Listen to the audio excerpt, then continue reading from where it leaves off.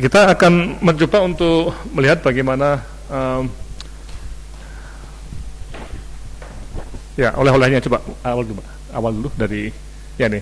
Jadi di web itu sudah kita tulis ya, dan ini memang dari PKMK satu semacam SOP ya. Kalau kita pergi ya harus report ya, dan reportnya bukan report yang cuma setengah halaman tapi report detail ya. Dan itu kongres-kongres yang bonafit seperti Health Economics itu semua abstrak sudah ada, karena 2 atau 3 minggu sudah bisa dibaca ya. Jadi tidak ada semacam alasan bahwa kita tidak siap untuk report, karena kita sudah bisa melihat apa yang akan terjadi dengan baca abstraknya ya. Kemudian juga kalau kita lihat kongres yang besar seperti ini, ribuan orang, itu banyak sekali sesinya ya. Jadi kita tidak mungkin untuk ikuti semua sesi, sehingga dengan report ini kita bisa mendapat banyak manfaat, karena teman-teman bisa saling memberikan laporannya kepada teman lain yang tidak ikut ya. Dan sebelum kongres juga ada semacam pembagian ya, di mana sudah harus Anda report ini sudah ada semacam prioritasnya. Nah, ini penting untuk kesiapan ya.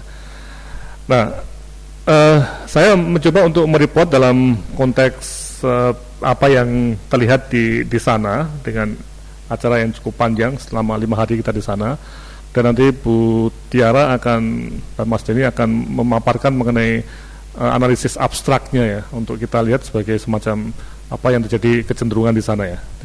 Nah, yang pertama kalau kita lihat memang ini judulnya menarik ya, Celebrating Health Economics ya. Nah, ini memang judul yang sangat catchy ya, sehingga mengapa kok seperti itu, karena memang ini adalah 50 tahun dari Health Economics ya. Dan ini cukup menarik ya, karena kalau kita lihat dalam konteks negara-negara, ini ada negara berkembang dan ada negara sedang berkembang. Nah, Indonesia sendiri kalau kita lihat sebagai negara yang berkembang, coba klik di situ ya, klik di pembicaraan dari Indonesia tuh ya, itu memang cukup banyak ya, ada sekitar berapa ya, 20 paper ya, 23 paper ya, 23 paper, di mana sebagian dari UGM, sebagian dari PT Askes, ini Askes ya, ada dari ini PT Askes ya, kemudian dari UI ya, UI berapa orang ya, juga ada banyak ya, dari ADB, dari Askes lagi ya, Surveymeter Pak Edi ya. Jadi tapi pelakunya cuman ya itu aja, cuman kalau tidak UI, Surveymeter, Askes, UGM, dan ada 2 dari perguruan tinggi lain yang kita support untuk pergi ke Australia dengan pelatihan membuat abstrak gitu ya. Ternyata cukup berhasil ya.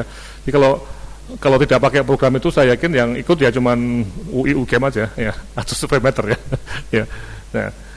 Nah, ini yang kita bisa melihat, dan nanti kita cermati bahwa isinya itu juga akan jelas sekali bahwa yang dari Indonesia itu masih di seputar BPJS atau equity ya, belum sampai ke hal-hal yang nanti kita lihat di negara maju itu sudah sangat canggih, termasuk bagaimana misalnya penanganan untuk obat-obat yang personalized ya, atau yang orphan drug, itu yang mahal sekali untuk kasus-kasus tertentu yang sangat sedikit misalnya, itu udah sampai di sana. Juga masalah economic analysis dari pelayanan klinik itu nanti kita lihat juga banyak ya. Nah, ini gambaran apa yang ada dari Indonesia ya. Kita cukup banyak ya. Terus kita masuk lagi yang kembali ke depan ya. Nah, kemudian yang penting dari reportase itu saya melaporkan ada berapa. Yang pertama klik yang sesi itu ya, mungkin yang dari struknya, yang nomor 3 ya itu. Nanti kita catatan akhirnya ya. Jadi dalam struktur ini yang bisa kita lihat ya, itu memang dengan ya banyak sesi itu kita hanya bisa berhasil sedikit ya. Tapi mungkin 2 tahun lagi di Milan ya. Milan mungkin Surveymeter, UGM atau UI gabung mungkin akan lebih banyak lagi. Ini baru UGM yang mereport ya. Kalau hari nggak banyak. Ya, tapi saya berusaha untuk report yang penting-penting, misalnya untuk coba yang pembukaan ya, yang unmils ya, yang pembukaan, yang ya. Terus pembukaan, diskusi, ya, pleno pembukaan ya. Nah, ini memang unmils sebagai ketua Perhimpunan Ekonomi Kesehatan tadi itu memang memberikan semacam presentasi yang menarik di samping ada di Australia. Kalau di Australia memang cenderung lebih bicara mengenai situasi di Australia ya. Tapi yang akan saya tekankan mengenai yang apa yang di NMILS ini terus turun ya.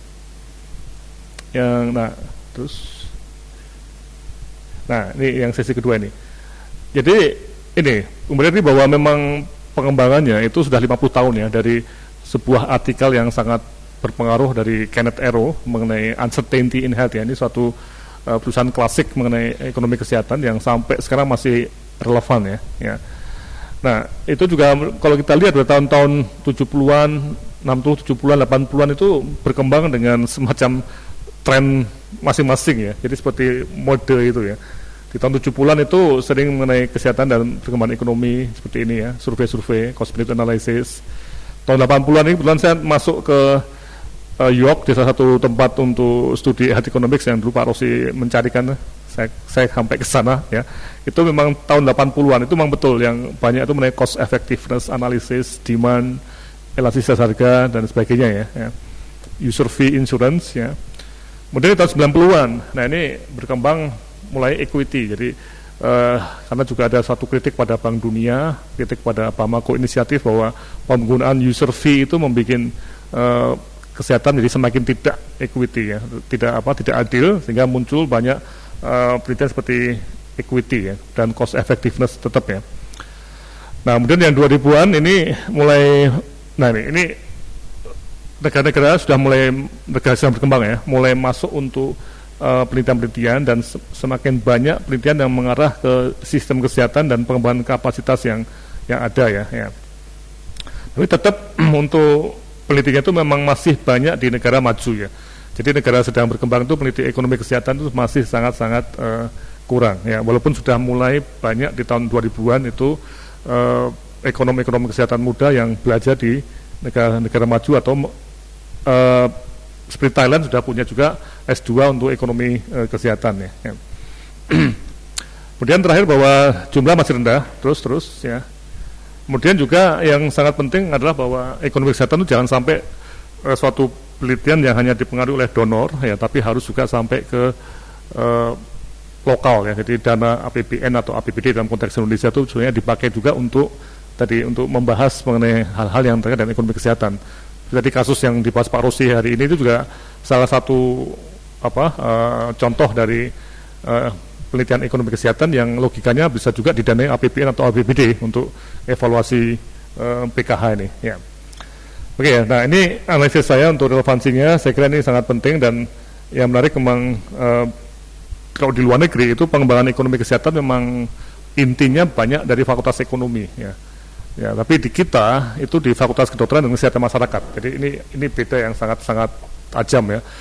Di ekonomi UGM ataupun di UI itu belum banyak, walaupun sekarang di ekonomi UGM sudah ada Pak Elan ya, Pak Elan Satriawan ya, kenal ya, Pak Elan yang memang dia spesialisasinya dalam welfare economics yang menggunakan data FLS khususnya gizi untuk S3-nya. Jadi Pak Elan termasuk health economist. Kemudian juga sekarang di Sydney sedang mau ujian Bu Heni Wahyuni yang dari Fakultas Ekonomi juga. Jadi UGM ya. Jadi di UGM akan ada 2 doktor health economics yang saya yakin mereka betul-betul dalam pure economic ya, bukan kalau di kedokteran kita lebih sebagai penggunanya. Jadi aplikasi-aplikasinya.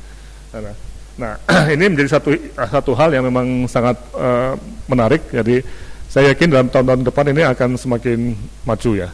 Nah, ini pembukaannya ya.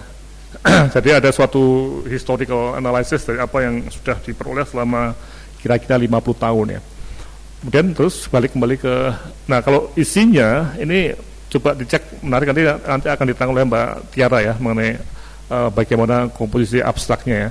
Tapi kalau kita lihat memang kita bisa melihat bahwa top hitnya untuk negara-negara sedang berkembang itu adalah mengenai asuransi usual coverage ya, itu hampir semua ke arah sana, dan equity itu jadi satu top hits nanti kita lihat ya.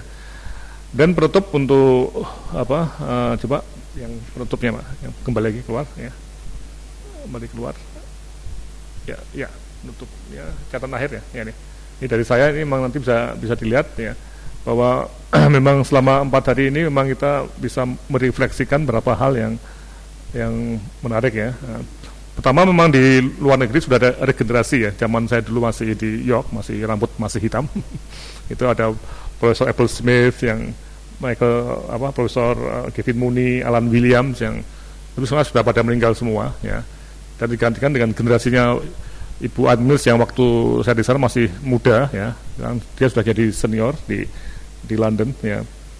Nah, di negara sedang berkembang ini belum banyak regenerasi ya ini. Jadi kita masih belum ya. Tapi yang jelas perkembangannya sangat pesat juga terus turun. Ya. Ya. Nah, jadi ini yang menjadi satu isu yang perlu kita cermati mengenai perkembangan ekonomi, dan tetap kita akan fokus pada BPJS dan yang terkait dengan BPJS ya. Termasuk perilaku dokter nih yang Pak Andre banyak membahas nih ya. Di Pak Andre kita tunggu kapan nyusul Pak Dwi ya, udah waktu dekat Desember ini sebagai Desember ya, janjinya dan tahun ini ya. ya. Oke ya, tadi perilaku dokter, jadi hal-hal yang sifatnya juga tidak pure ekonomik ya, sampai ke perilaku, tapi terkait ekonomi itu juga akan jadi satu hal yang menarik ya. Oke, nah dari sinilah kita akan bisa melihatnya dengan mengikuti suatu kongres yang besar ya, ribuan orang itu ya. Kita harus bisa ngambil sesuatu yang mungkin bagus untuk kita, termasuk teman-teman yang tidak ikut ya. Ini teman-teman yang di Indonesia yang tidak ikut bisa melihat bagaimana situasinya dengan melihat laporan ini secara lengkap ya. Dan step berikutnya yang nanti kita akan lihat bagaimana kira-kira Bu Tiara ya, untuk analisis abstraknya ya. Ini nanti kita akan membuat suatu analisis yang bisa mengelompokkan abstraknya nih. Coba.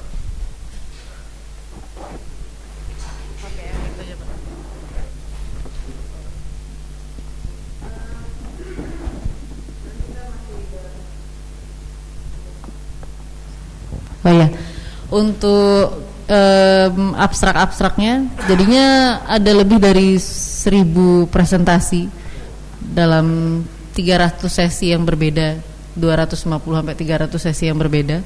Jadinya susah sekali sebetulnya mengikuti semuanya, walaupun semuanya menarik gitu ya. Yang sedang kita lakukan walaupun masih dalam proses itu adalah berusaha mengklasifikasikan yang 1000 itu menjadi beberapa keyword, jadinya bisa nanti dibaca dengan lebih mudah sesuai dengan interest masing-masing. Misalnya ini di sini yang beberapa keyword yang sudah diupload. Ini termasuk berbeda-beda sekali. Misalnya dari economic aja itu ada cost of care, ada economic evaluation dan methods. Jadi yang mungkin perlu di garis bawahi, yang di dalam health economics ini sangat beragam, mulai dari hardcore ekonomi yang benar-benar metodologi yang hanya membicarakan macroeconomics gitu, sampai dengan yang aplikasinya ke public policy, public health policy. Jadinya tuh beragam sekali yang bisa dipelajari di sana menurut saya. Kalau misalnya di klik contohnya saja satu karena belum semuanya.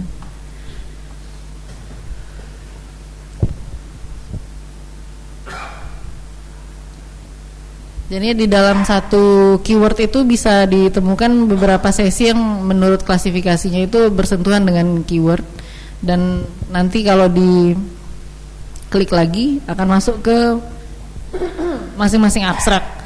Sayangnya tidak semua abstrak ini disetujui oleh presenternya untuk bisa di-download. Tapi kita akan membuat lagi dari 162 PowerPoint presentation yang bisa di-download itu bisa tersedia di sini. Karena yang ada di websitenya IHIA itu hanya akan bertahan 2 minggu dari sekarang ya, Mas Denny ya.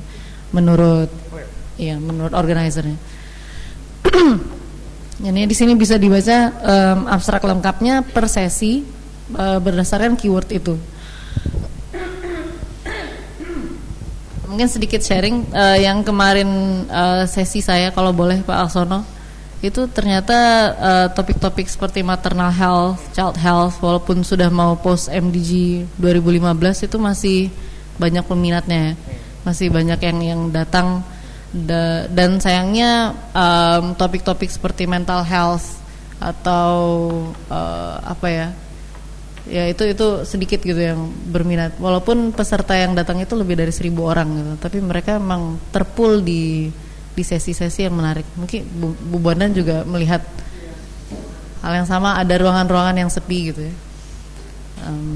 Ya mungkin begitu Pak dari mungkin ada tambahan dari Mas Denny. Mungkin sedikit aja Prof. Laksono untuk segera menambahkan tadi, mungkin untuk materi lengkapnya plus sampai dengan key abstraknya sudah disampaikan oleh Dr. Tiara. Mungkin maaf saya hanya sedikit menambahkan dari catatan perjalanan saya. Jadi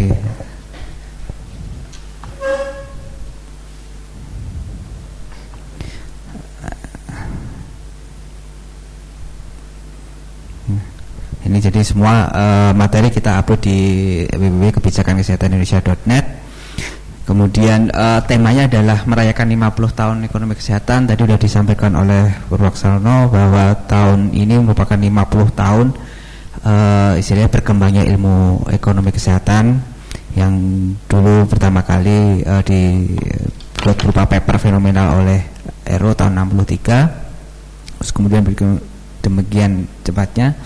Nah, ini yang catatan informalnya ya. Jadi saya bikin IHSD numbers bahwa dari catatan panitia itu walaupun in and out dihadiri oleh 3.600-an peserta, cukup besar memang. Jadi istilahnya walaupun tidak tiap hari kumpul.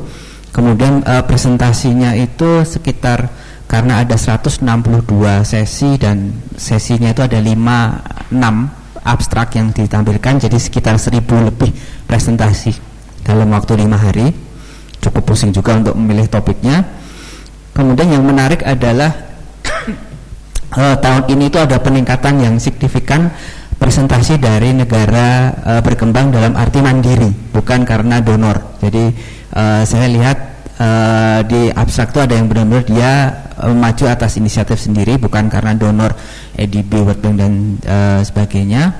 Kemudian ini juga catatan menarik dari Indonesia, itu ada 36 peserta yang terdaftar, tidak termasuk mahasiswa kita yang di Australia, karena ada beberapa rekan mahasiswa itu mereka mendaftar atas nama universitinya. Kemudian ada 24 presentasi. Ini sangat meningkat pesat dibandingkan dengan AHIA yang di Beijing 2 tahun yang lalu. Kalau tidak salah yang topik tema tentang Indonesia itu sekitar 10-an, ya 10 mungkin lebih sedikit ya, 10 sampai 15. Ini sangat luar biasa. Jadi sekali lagi saya mendorong rekan-rekan di sini ya, para peneliti itu, ini bukan suatu ajang yang luar biasa sulit ya, tapi istilahnya kita harus punya konsep yang kuat dan istilahnya berani menyampaikan, itu intinya. Kemudian ini menariknya juga adalah bahwa di situ saya belajar bagaimana berbagai stakeholder itu bisa saling sharing ya, dari level government, private baik company maupun insurance, universities dan partners. Jadi ada presentasi yang disampaikan oleh donor, kemudian banyak dari university, dari pemerintah juga. Tetapi sekali lagi yang disayangkan Kemenkes kita itu tidak ada wakil pada waktu itu. Saya tanya beberapa informasi bahwa sebetulnya ada slot undangan untuk mereka, tetapi sayangnya tidak bisa digunakan. Kemudian ini sisi menariknya lagi, tadi seperti Prof. Laksono sampaikan, ada dua grup peserta ya. Dari grup yang backgroundnya ekonomi itu lebih banyak ke teori ya, jadi istilahnya teori-teori statistik, health econometrika dan sebagainya. Tapi juga yang menarik adalah dari sisi health-nya itu bagaimana teman-teman di sektor kesehatan itu bisa menerapkan teori untuk aplikasi dan implikasi ke kebijakan. Itu sangat banyak sekali, bisa dilihat di materi abstraksinya. Nah, untuk gambaran abstraksinya sendiri, ini saya ringkas. Ini tema-tema yang menarik, ada yang basic teori sekali, kemudian aplikasi. Kalau Indonesia tentu saja banyak yang aplikasinya karena lebih banyak pengalaman ya. Kemudian antara healthcare dan healthcare, ini saya mengambil dari satu tema. Healthcare itu khusus untuk perawatan ya, jadi istilahnya perawatan medisnya, dan healthcare itu ya termasuk program kesehatan. Kemudian isu yang menarik adalah communicable disease versus non communicable disease. Ini juga jadi topik yang cukup banyak juga. supply side dan demand side, termasuk tadi ada financial incentive dan government financing untuk yang supply side. Kemudian private financing ini juga cukup menarik juga ya. Mungkin Pak Andre banyak yang terlibat di public private ini bisa bercerita nanti. Government financing termasuk tentang jaminan sosial dan sebagainya. Kemudian tema-tema spesifik seperti social determinant of health, universal health coverage, terus tema-tema MDGs juga masih mendominasi. Nah, kemudian juga yang sesi kecil-kecil nih yang menurut Mbak Tiara tadi yang tanda kutip super banget, ada dental health, mental health, itu sebetulnya cukup menarik juga ya, karena kalau kita diaplikasikan di Indonesia sebenarnya cukup bisa applicable, tapi istilahnya tidak banyak yang tertarik. Dan saya ada satu yang tapi saya kebetulan agak terlambat, yang unik itu adalah economics of cannabis users. Jadi istilahnya kerugian negara akibat penggunaan ganja. Ini istilahnya untuk apa ya, mungkin yang badan narkotik itu bisa mengacu ke sini. Jadi istilahnya tidak hanya memberantas saja, tapi secara ekonomi kita itu dirugikan berapa miliar, berapa ratus, dan itu ada satu sesi yang saya tulis sebagai unik gitu. Nah, ini sekali lagi mungkin tambahan bagi saya mungkin ke depan. Gimana? 162 itu yang apa? Yang ada. Yang ada. Yang bisa di-download. Sesinya. Iya. Ya. PowerPoint. Dalam PowerPoint. Karena sebagian besar ternyata mereka masih yang ongoing project Pak Lawson. Jadi mereka menolak untuk ini karena masih belum selesai. Jadi yang kita ya bisa download, boleh di-download ya. Ini kita udah resmi izin. Ini hanya 162 abstrak karena sebagian besar masih ongoing project, atau misalnya ini adalah minyak donor, itu sebagian besar mereka menolak, hanya memberikan abstraksinya. Itu mungkin saja sedikit tambahan dari saya. Ini abstrak yang bisa di-download udah ada. Tapi yang 1000 abstrak ada loh. Abstraknya ada. Cuman udah. PowerPoint ya. Ini yang PowerPoint-nya Pak, yang nanti kita sudah masukkan di sini Pak. Jadinya yang 162 akan ada di kita. Jadi kalau hilang di IHIA kita punya terus. Oke, terima kasih. Jadi ini saya kira memang satu oleh-oleh yang bisa dipakai oleh kita sendiri minimal ya, untuk mencoba untuk mencari ide dan penelitian-penelitian yang terkait dengan ekonomi kesehatan ya. Tentunya bagi hits di web kita tiap hari itu sekitar 600-700 orang hits ya. Jadi ratusan orang di Indonesia juga bisa akses ke, kalau kita tidak pakai ini hanya sekitar 20 orang yang 25 ya. 36 Indonesia ya. Dengan cara makanya web itu satu hal yang sangat egalitarian, yang sangat bisa mendorong orang itu baca dimanapun dia berada, sampai ke pelosok Wamena pun juga bisa nih. Di Wamena juga teman-teman yang ada di Wamena juga sering akses ke web kita ya. Jadi ini salah satu keindahan dari web ya. Nah, dan kita bisa memberikan semacam laporan yang cukup detail, dan silahkan nanti teman-teman yang nggak pernah seperti Bu Dikne ini discrete choice analysis itu banyak sekali nih di DCE itu ya, DCE ya, itu banyak, dan itu saya yakin untuk pertemuan di Italia 2 tahun lagi akan terus masih. Jadi kalau itu penelitian di NTT sama di Jawa Timur ya, itu bisa ditulis, saya kira akan menarik nih untuk 2 tahun lagi ya. Dan kita juga siap-siap tadi dengan Pak Denny ya, untuk 2 tahun lagi di Poloknya untuk menulis paper yang bagus ya. Oke, ada komentar dari Bu Pondan atau Pak Kawan? Ada? Ya.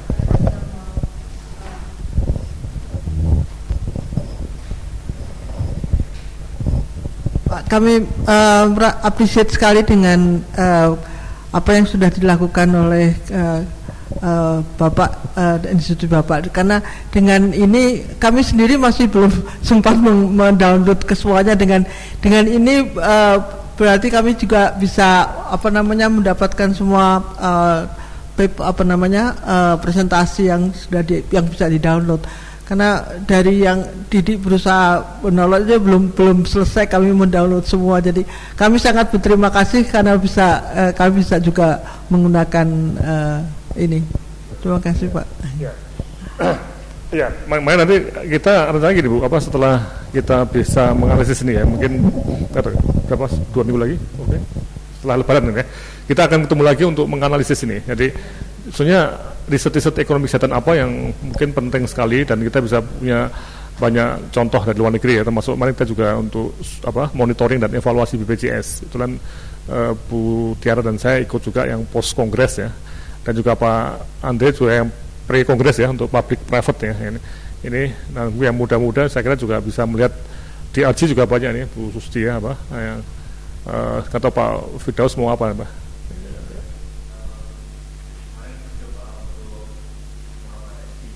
Yeah.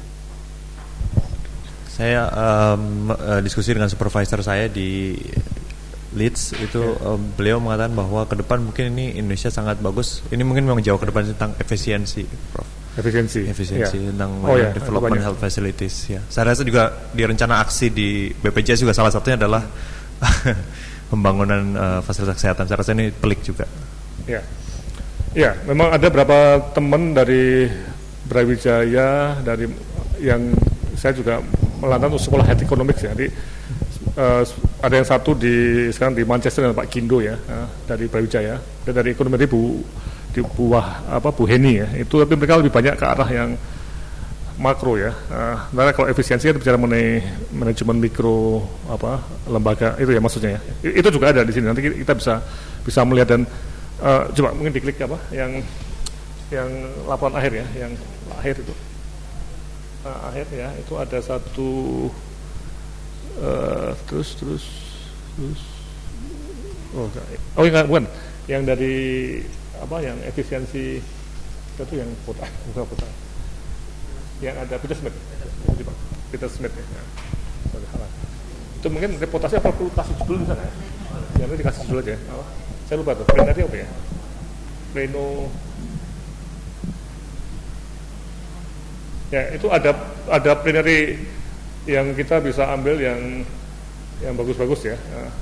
Itu salah satu yang tadi Pak Firdaus bicara mengenai efisiensi ya. Oh enggak, bukan. Satu lagi. Oh ini bukan, ini yang mungkin yang sore kok tuh, sore. Ya, nah ini. Ini. Ini yang dimaksud ya, seperti health system efisiensi ya.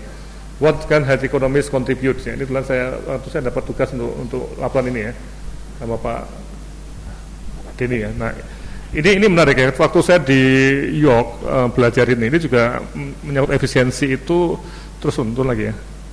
Turun lagi. Nah, ini satu bagian yang sangat terkenal ya mengenai efisiensi juga ada pada evaluasi ini. Ini pada mikro level ya. Itu salah ya, ekonominya tadi diperbaiki lagi ya, tidak di nah itu mungkin di kota ini nanti akan terkait sekali dengan planning, budgeting dan sebagainya Pak. Yang coba naik lagi nah ini mereka menggunakan beberapa indikator yang bisa dipakai untuk ya penelitian efisiensi ini ya.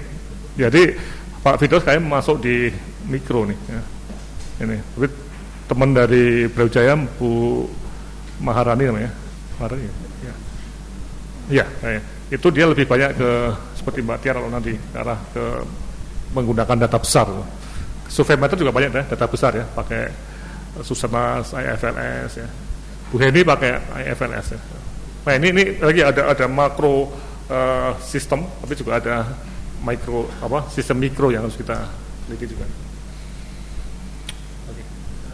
Iya, sama.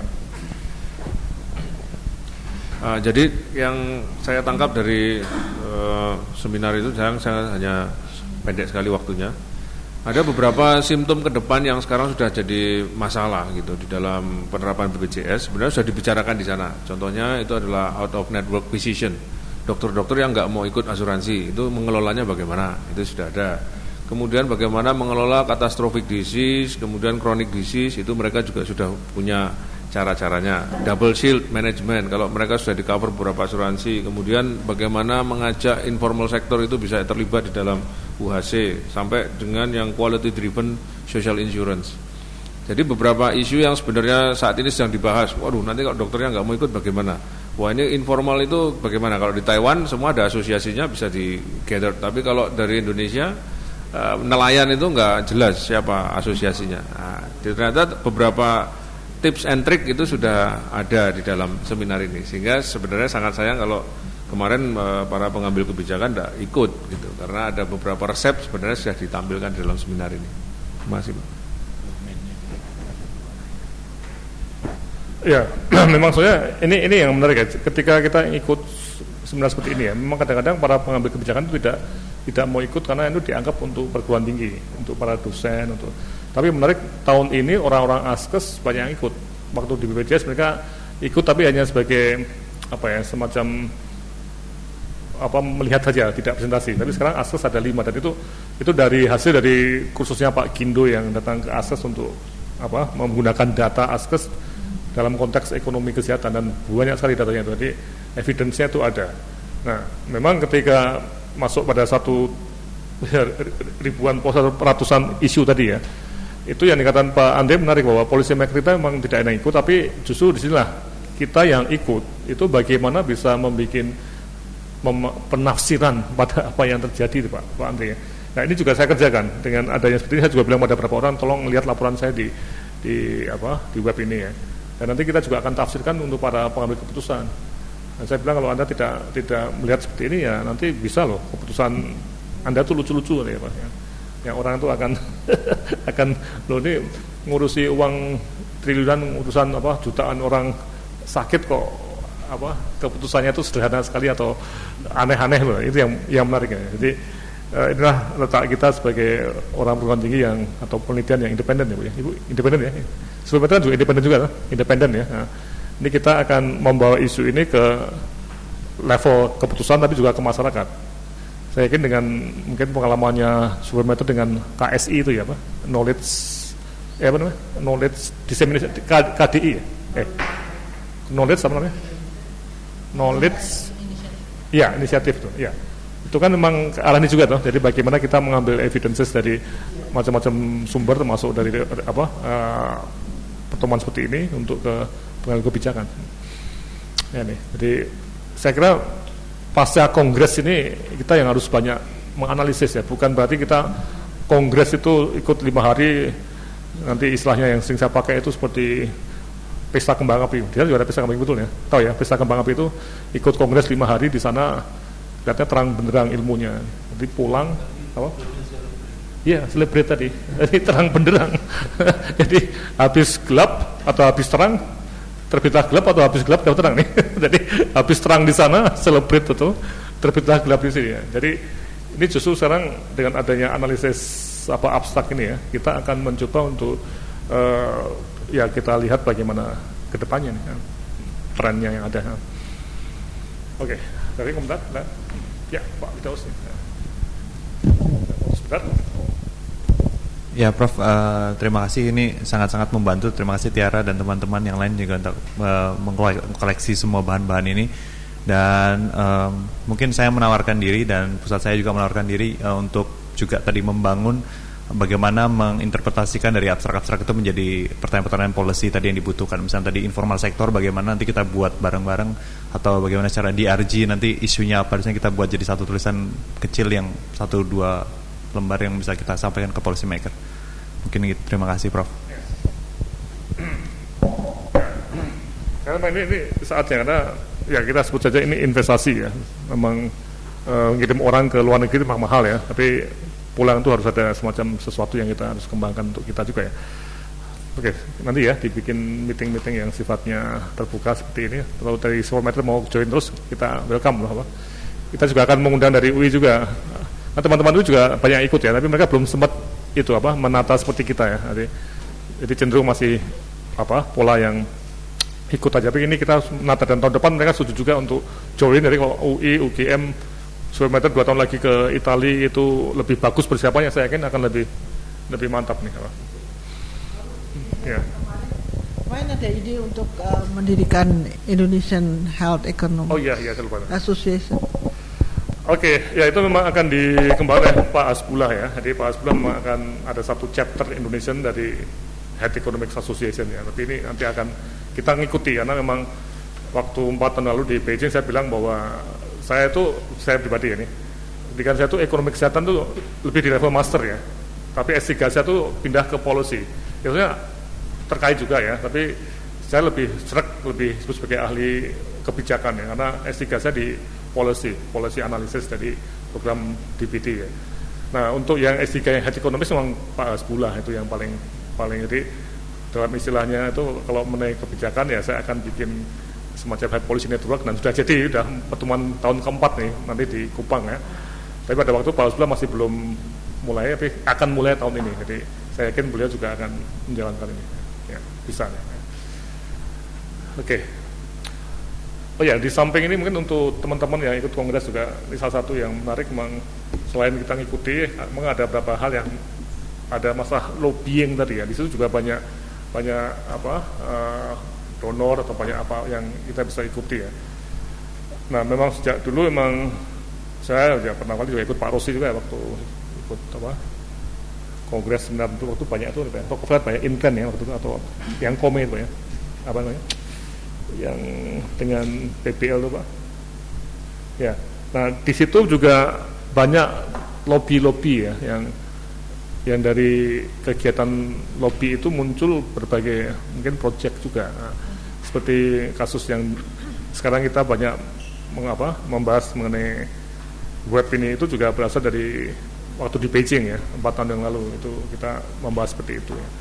Juga masalah KIA itu juga dibahas di Beijing dan waktu di Sydney kemarin itu juga kita mulai banyak melobi termasuk yang untuk knowledge ya, dissemination, kemudian AIDS, dan ini Bu Tiara juga ke depan mengarah ke evaluasi MONEF dari BPJS ya, yang ya sama Pak Uci ya. Kemudian juga yang sangat penting sekali itu ya pendidikan, jadi pendidikan S2 S3 ya.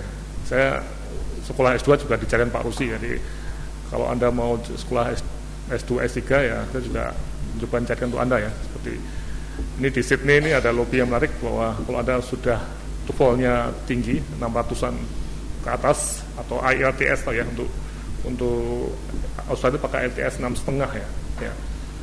Itu ada program skema antara Sydney, Dikti mungkin dan UGM ya. Anda bisa sekolah S3 full fellowship-nya. Oh yang di Leeds sudah ya, full fellowship juga ya. Belum. Apa? Belum. Oh ya. Ya, jadi ini Dikti ada berapa seperti yang saya juga mencarikan sekolah untuk beberapa teman tadi di berbagai lain ya. Dapat juga dari Dikti. Jadi Dikti juga mempunyai semacam guideline cukup ya. Nah, ini yang kita harus kita pegang juga ya. Nah, jangan sampai sekolahnya itu inbreeding ya. Anda S3 di sini terus dengan ramu-ramunya Pak Andri ya. Ada sebagian dari Anda juga harus pergi ke luar negeri ya. Jangan di UGM ya, karena nanti bosan lihat saya terus ya. Ya betul Pak harus ya. Yang boleh inbreeding Pak ya. Harus cari tempat yang jauh. Oke, jadi yang Anda mau S3 carilah, dan kesempatan nanti kalau ada belum siap sekarang ya di Italia itu bikin situasi yang bagus juga akan dilihat sama banyak pihak sebagai orang muda yang potensial. Nanti kalau di dalam kongres itu Anda bagus, Anda memberikan impresi yang bagus, untuk cari sekolah itu relatif mudah. Ya, oke, ada lagi kalau ada komentar? Sudah. Oke, jadi kita ketemu lagi mungkin setelah Lebaran, mungkin dari apa yang disusun oleh Bu Tiara, nanti Pak Firdaus juga, kalau teman-teman mau juga bisa loh. Jadi ini terbuka kan ya. Kita yang penting bagaimana abstrak itu bisa kita analisis loh. Nah, di trennya bagaimana, apa yang menjadi hal yang kunci itu, dan apa yang metode baru dari sana itu kita pelajari. Oke, nanti akan dibimbing Bu Tiara ya. Nanti kapan pertemuannya, monggo dibikin aja, dan timnya Bu Susti ya yang BPJS itu ya juga Bu Lita diundang. Nah, karena kita artinya Bu Lita itu ikut, jadi karena dari teman-teman UI itu dosen-dosen ikut loh. Yang kita kemarin dosennya kurang malah. Ya, yang dosen cuma saya, betul ya? Ya, UI, wah ada berapa? 7-8 orang. Kita dosennya nggak mau ikut ya. Ya. Oke, saya kira demikian sudah. Kita ucapkan terima kasih. Sampai ketemu lagi pada pertemuan datang. Sekian dan terima kasih.